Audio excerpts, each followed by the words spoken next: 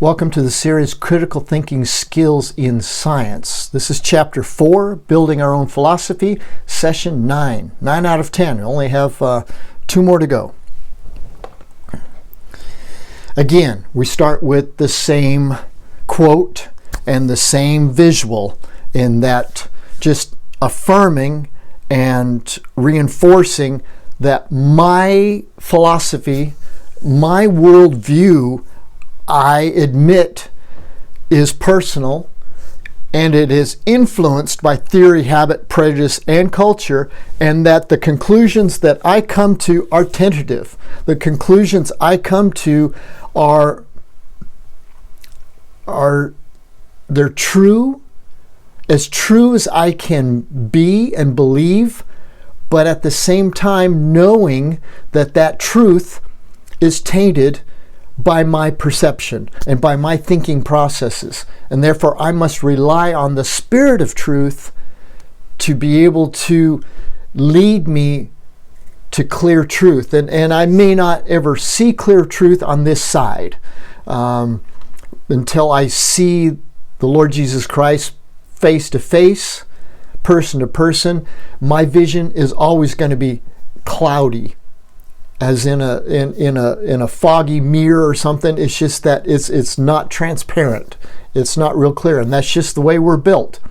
We cannot access the real world directly.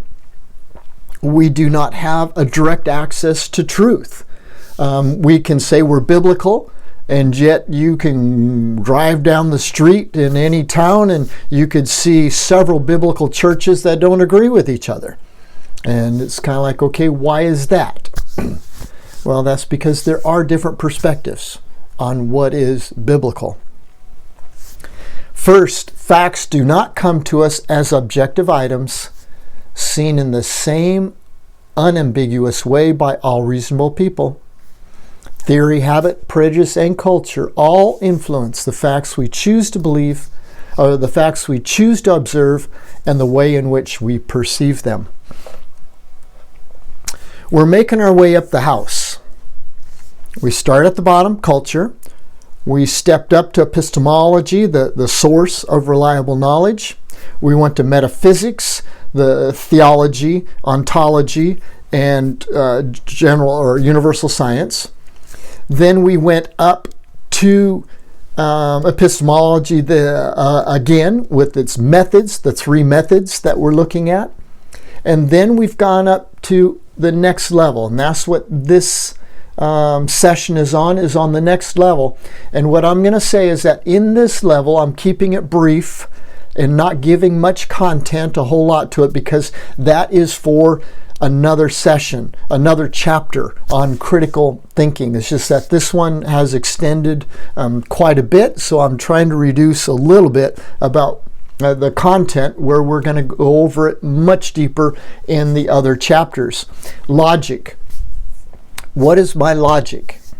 Well, scientific logic, you've got it. It involves induction. It involves inference. It involves thinking of debate, of logic, of excluded middles, of non-contradiction of points, and different things such as those. We're not going to get into that here, but what I'm going to do is show that my logic is different because of my basis all the way down.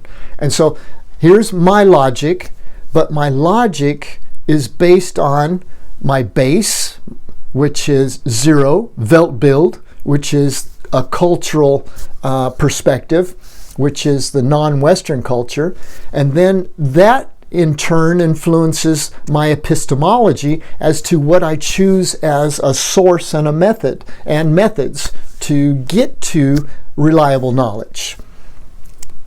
Then my metaphysics of theology, ontology, and universal science, again, are all influenced by my Weltbild, my cultural perspective, and then what I choose as my reliable source of knowledge that influences all my answers, or guides all my answers to the metaphysical questions. My Weltbild is non-Western, a faith in an external authority. My epistemology, the source of reliable knowledge is God through revelation, which is special and general revelation, because I believe in an open system and that God can communicate, has communicated, and continues communicating through the system and to us individually, and that we can have a personal relationship with Him because He is here. My methods, I accept rationalism, but as led and determined by the Spirit of God, the Spirit of truth. I accept empiricism because that's what God has given us. He's given us the senses to be able to navigate this world. But empiricism does not limit the extent of reality. My empiricism then is also led by the Spirit of God, the Spirit of truth, which God gives us. My skepticism, yes, I am a skeptic. My faith is not huge. It should be more, because I do doubt. I do have doubts about certain things at certain times.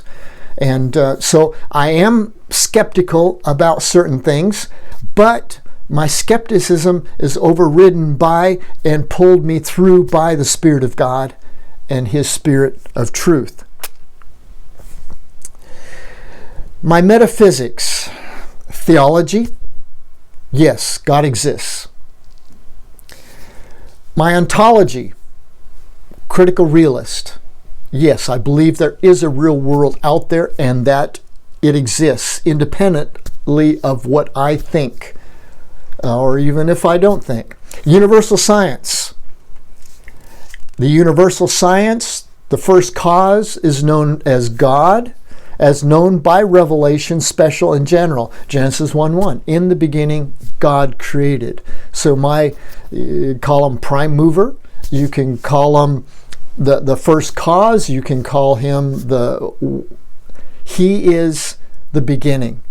My God, in the beginning, God created the heavens and the earth. I cannot explain where God came from. We all have to start with a beginning somehow, with something. In the beginning, matter. In the beginning, matter exploded. Okay, I could ask, where did the materialist get his matter from? Or the energy? And they would have to say the same thing. It's an assumption. It was there. Don't know where it came from. And so in my primary assumption, first assumption is God. In the beginning, God. My logic, God exists and can be known by His revelation to us. What does that mean? What that means in my logic is that I depend upon God. I ask God for wisdom. If any of you lacks wisdom, let him ask of God, who gives to all men freely. So my logic is not a formula. My logic is based on the God who I serve. And some things may not be logical, humanly speaking, and God may still ask me to do that. So in other words, my logic is to submit myself to my God, who I say exists and can be known through His revelation to us. We're climbing the house. We're almost to the top. But what we're finishing is chapter 9. Well, actually, session number 9 of chapter 4, building our own philosophy. We've got one more to go, and just stay with me. But as you're staying, don't just vegetate and listen so that you can get your time in listening to videos or to class sessions, but be thinking on these things and be ready to give an answer to your teacher who's going to ask. What is your personal worldview and philosophy? And I don't want a pat answer. I want a good answer that is justified and that would that you would be able to give others. So anyway, we're Tim and Holly. Again, these are the addresses that you can communicate with us. This is Chapter 4, Building Our Own Philosophy, Session number 9. We got one left. Hope to see you there.